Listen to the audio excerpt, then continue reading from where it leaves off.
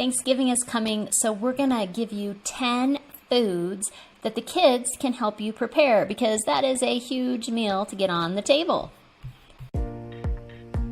Welcome to Epic Mom Life. I am your host, Kara Peterson. This show is sponsored by The Possum's Tale, a unique book adventure for your 6 to 12-year-old child.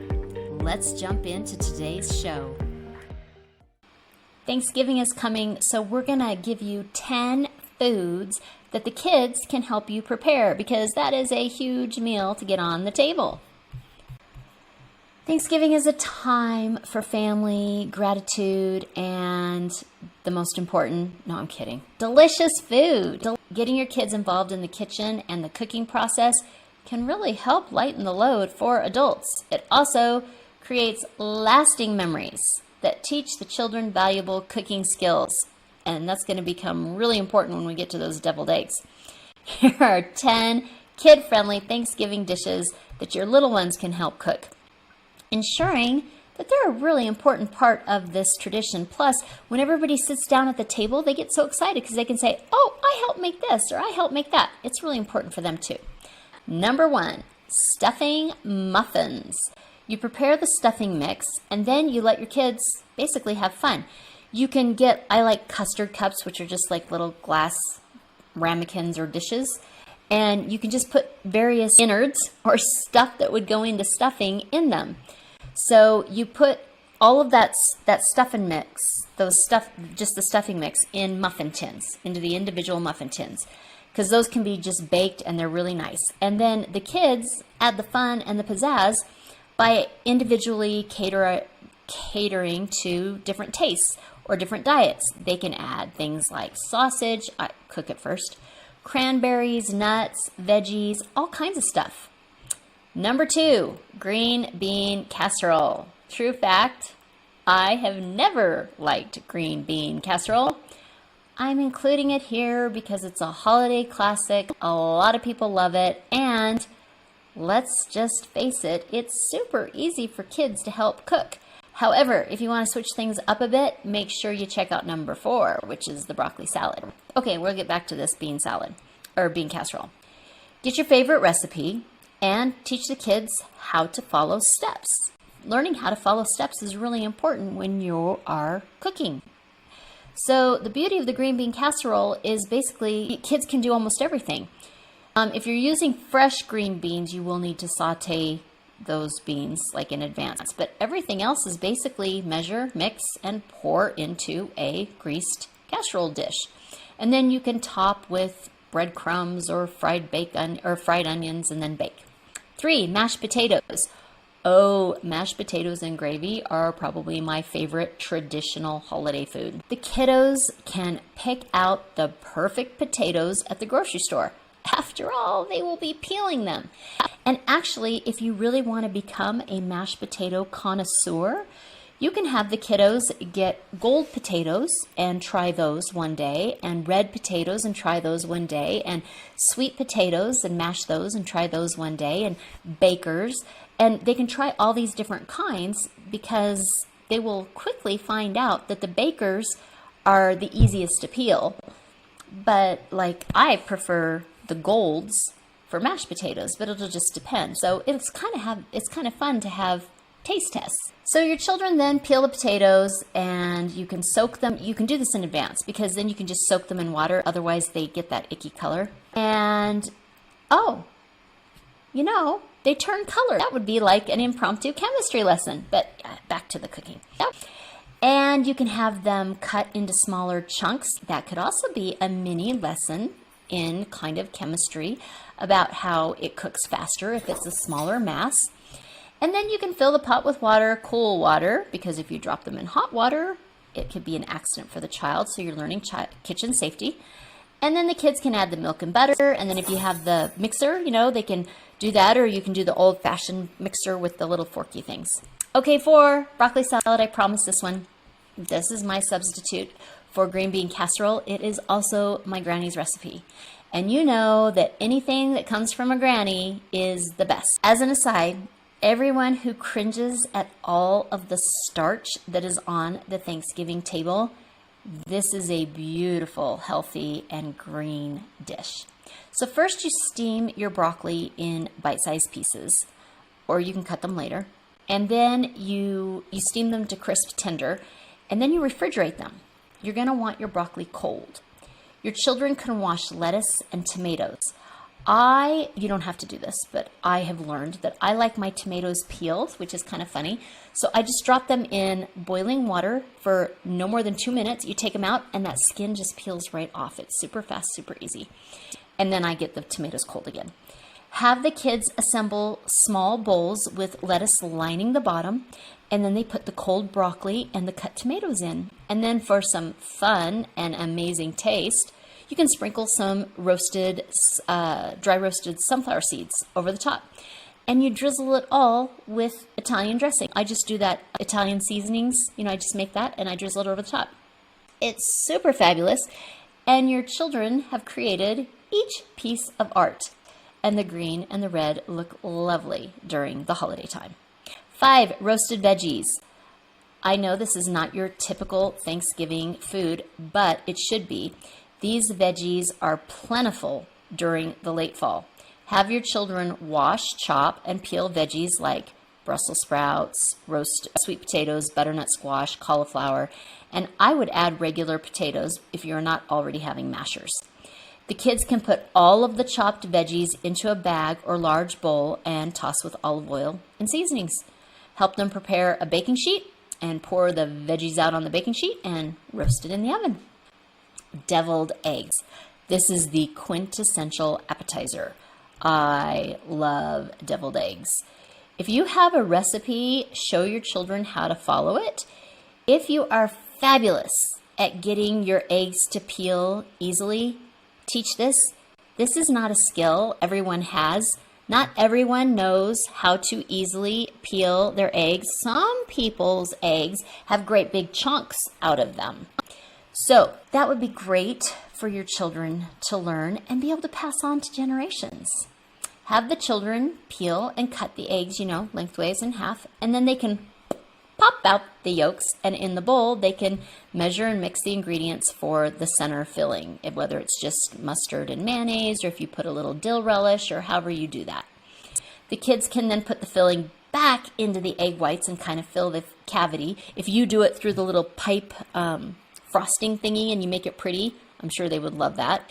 I don't do pretty, but a lot of people really do. And they can sprinkle paprika over just to give it a little pizzazz. The veggie platter. I love the veggie platter because this starts at the grocery store. And I love getting in some healthy food. And it seems to me that kids are always hungry at Thanksgiving before the meal. If you have a veggie platter out, kids will actually eat from it. It's not until they get all the starchy options that they turn their noses up at the veggies. So get that veggie platter out. A veggie tray can be a beautiful and fun dish to prepare. So before you go to the grocery store, have the kiddos start thinking of colors. So we'll go to reds. We can do radishes, tomatoes, red bell peppers. Go to greens, snow peas, cucumbers, olives, whites, cauliflower, kohlrabi. If you've never had kohlrabi, it's a great one. I love kohlrabi. Yellow or orange, bell peppers, carrots. You can actually get yellow tomatoes if you have never had them. And then dips. Dips are a lot of fun. A healthy dip is hummus. A tasty and kid-approved dip is ranch. The grown-ups who loved that ranch usually wholeheartedly approve of a spinach artichoke dip as well. And if you want to make this veggie tray an absolute showstopper, you can take a bell pepper and you cut off the top, and then you carve out the inside, and you plop all your dip inside, and you put it there. It looks really pretty. And basically, your kids made the entire tray. They chose the veggies, they washed the veggies. If they're old enough, they cut the veggies, and they arranged them on the platter. They're totally in charge of it, which means they'll probably eat more of it as well. Rolls, more starch, but rolls are a staple at Thanksgiving. A lot of times people are just mopping up all the food at the end. I know, we're going to go into a food coma. If you come from a large family, however, you know that bread always fills in the gaps when dinner did not just quite stretch far enough. Bread also provides a backstop. So like if you're eating a salad or something, you don't have to put your finger there. You can just use your roll. So rolls are pretty important. They're also one of the easiest dishes for kids to help prepare, and they love to help prepare. I used to love to help mix the dough with my hands, because you get to get in there and you get to feel it all. You can begin teaching kids, if you do your dough from the very beginning, how to feel when it's right. So if you're a baker, you understand that there's a certain feeling to your dough when you know the consistency is just right, or when you need to add more flour or more water. This is something that children have to learn, and you can be teaching them this.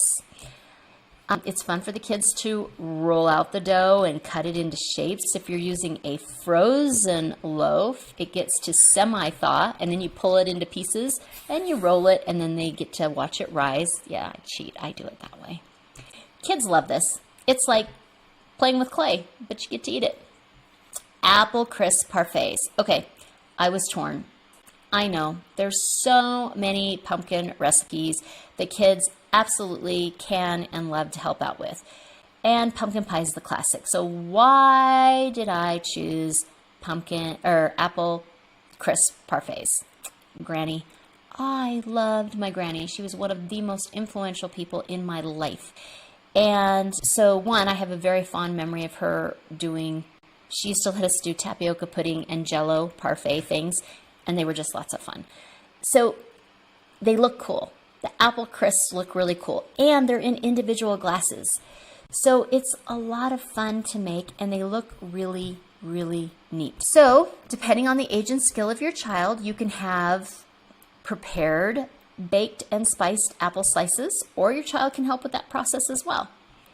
If you have that really super neat pampered chef apple peeler core, where you pop the apple on and then you do the little windy thing and the peel comes off and the core comes out. Oh, your kiddos love to do that. I used to make applesauce with my kids when they were young. Yeah, they were always signing up to help with that. And then you can put these parfaits in wine glasses if you don't have special glasses. And this is it looks like a really, really special dessert. But you layer the apple slices with granola and whipped cream for some fabulous holiday yum. And then fruit cornucopias. Okay, I love saying that word because cornucopias, that's just a fun word. And it's a sophisticated way of saying boatload of stuff. These are gorgeous and they're delicious. They can actually be the centerpiece of your holiday table. My mother-in-law is all about the beautiful centerpiece. I am not good at that. If I had known about these cornucopias, I totally would have done one of these with the kids. And then I would have had the centerpiece covered. If you're going to do the centerpiece, and it's an edible centerpiece, if you're going to do this as the centerpiece, you have to use a very large, like waffle cone.